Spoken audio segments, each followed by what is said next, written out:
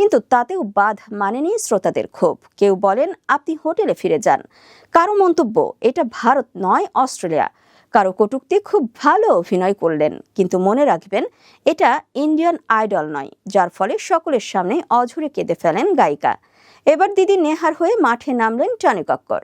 তিনি নিজেও জনপ্রিয় একজন গায়ক। সোশ্যাল মিডিয়া কারো নাম উল্লেখ না করেই দীর্ঘ পোস্টে তিনি প্রশ্ন ছুড়ে দিয়েছেন, শালীনতা বজায় রাখার দায় কি একা শিল্পীর? চূড়ান্ত অব্যবস্থাপনার অভিযোগ তুলে টনি কক্কর লিখেছেন, ধরুন আমি আমার শহরে আপনাকে আমন্ত্রণ জানালাম একটা শো এর জন্য, আর আয়োজনের সমস্ত দায় দায়িত্ব নিজেই নিলাম, সেটা হোটেল বুক করা থেকে শুরু করে ভেন্যুতে যাওয়ার গাড়ির বন্দোবস্ত পর্যন্ত। কিন্তু এবার আপনি পৌঁছে দেখলেন সেসব কিছুই হয়নি। টিকেটের ব্যবস্থাও নেই, হোটেলে বুকিং নেই, বিমানবন্দরে গাড়ি পাঠানো হলো না। সেই পরিস্থিতিতে কাকে দুষবেন? এই একটাই প্রশ্ন, কারো উদ্দেশ্যে নয়, শুধু প্রশ্ন